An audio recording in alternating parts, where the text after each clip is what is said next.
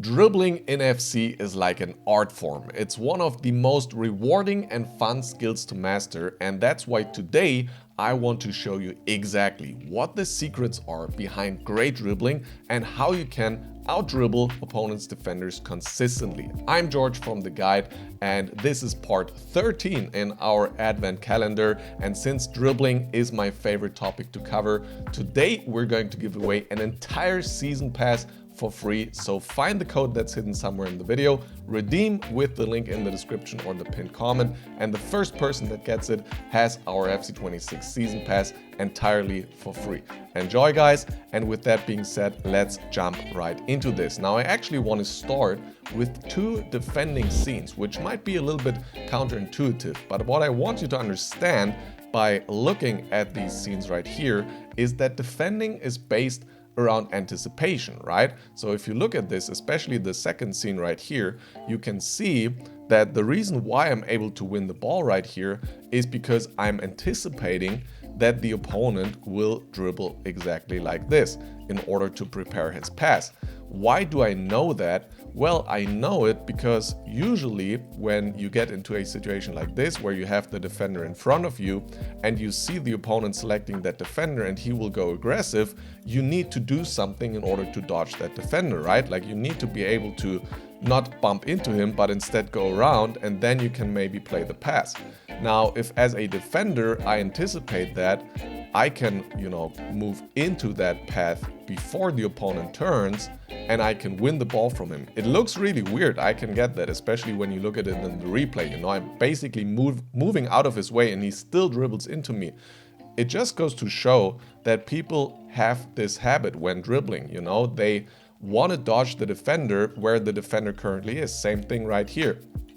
I'm in front of this guy and he's going to approach me, and then he tries to get past me like this. Very natural thing to do, but a good defender will anticipate for those kinds of patterns and for those kinds of movements. And so what you need to do in dribbling is first and foremost break your patterns and become more surprising, more unpredictable. And I will give you an example of how that can look like right here. You can see with Torres, we dodge the first defender and then we actually start sprinting through. It looks so simple. It looks like the opponent is doing a stupid mistake. But what this is the opponent making those kind of anticipation moves and me not doing what he's expecting me to do, but instead breaking the pattern and doing something that not many players will do in this situation. And that's how you can start out dribbling players. So let's look at this right here.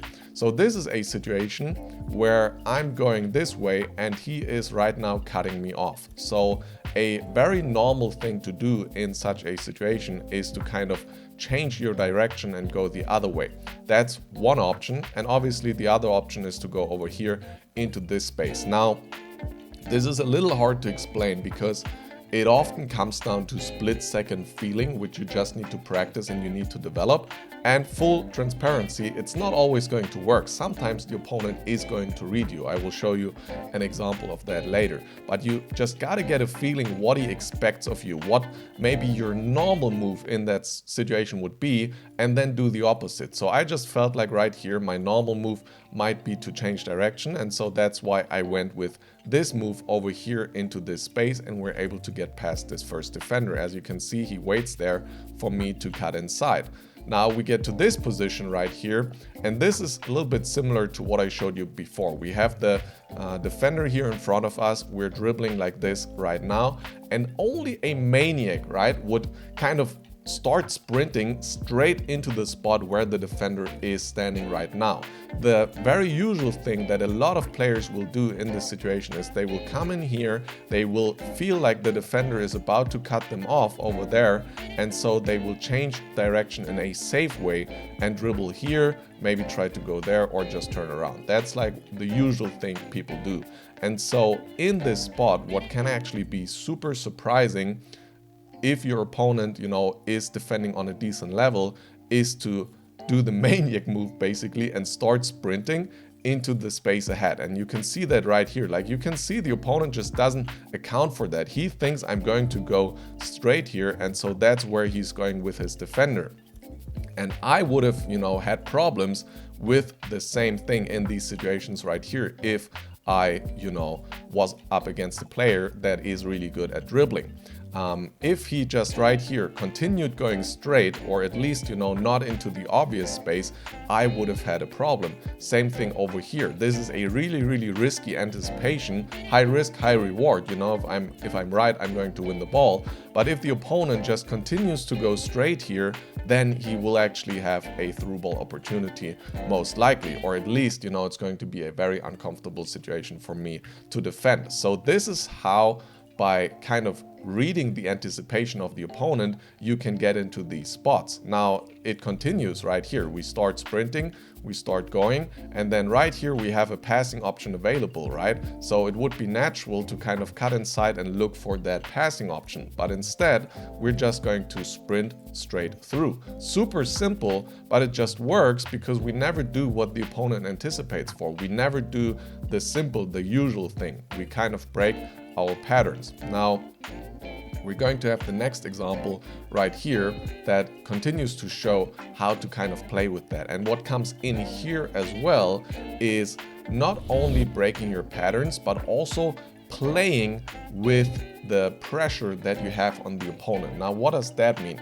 Well, it means that in certain situations, there's a very risky thing for the opponent. So for example, right here, the risky thing for him, it feels like, is this space and that I'm going to be able to go through. So he will most likely start going over there and defending that, and I can actually then use that to my advantage by now instead cutting out here and going this way, So this is basically how you can use the fear that the opponent has and the urge that he feels that he needs to cover something to go the other way.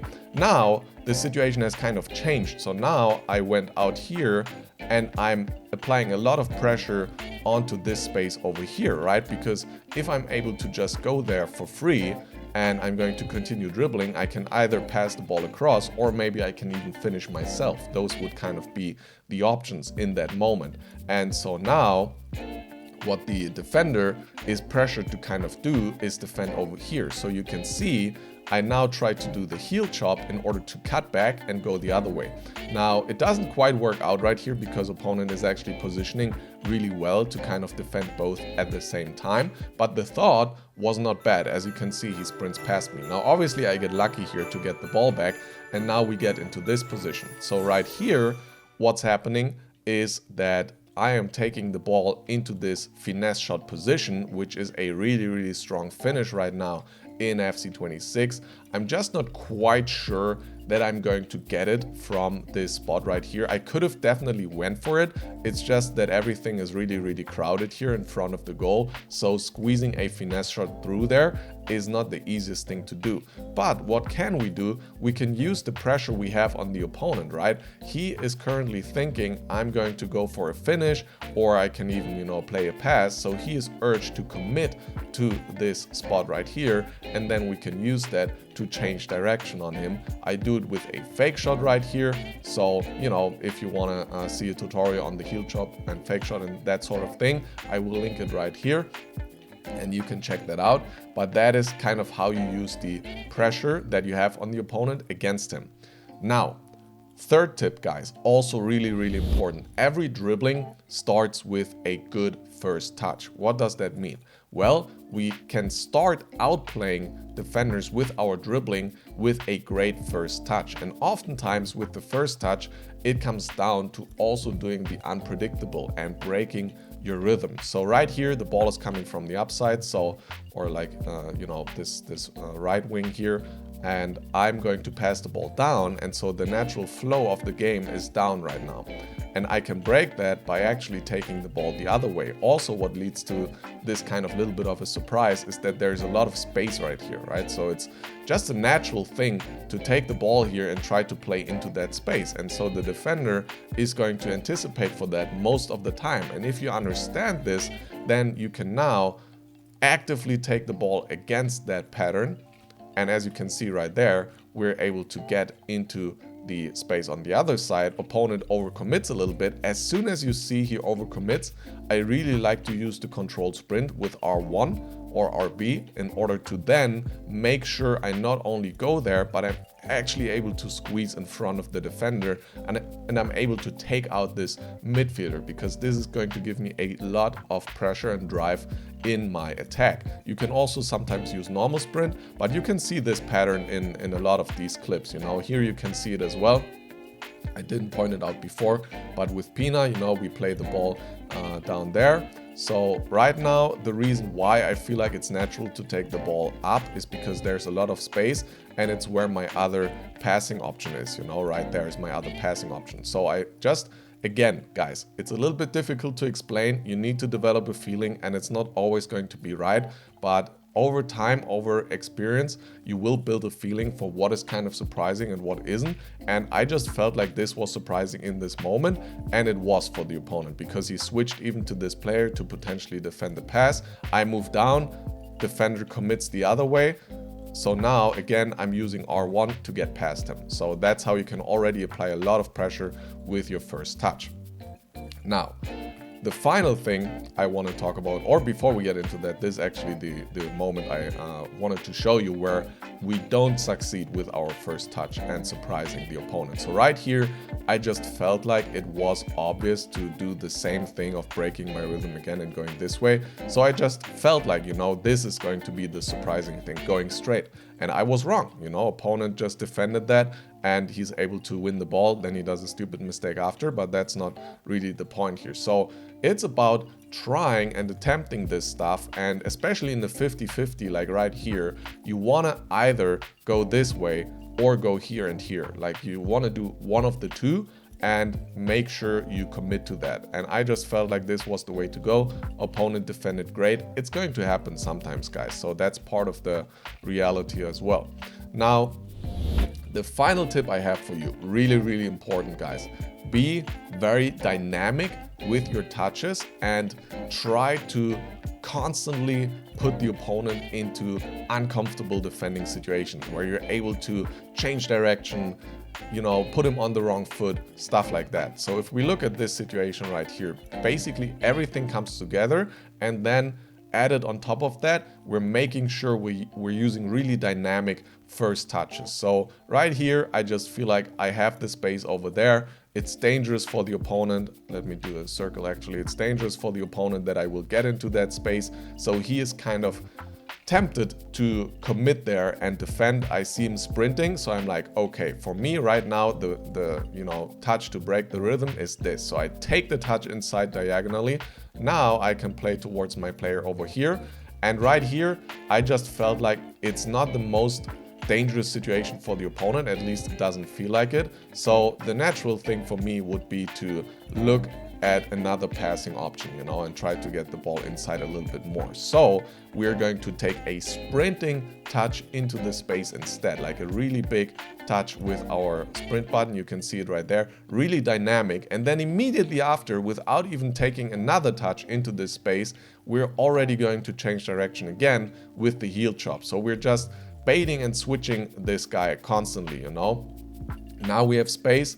Unfortunately, no clear passing available, so we just go over there. And now we do the same, breaking the rhythm, but with passing this time instead. So after we play there and go here, we go back to Torres. Great little extra tip there that you can use to score a ton of goals.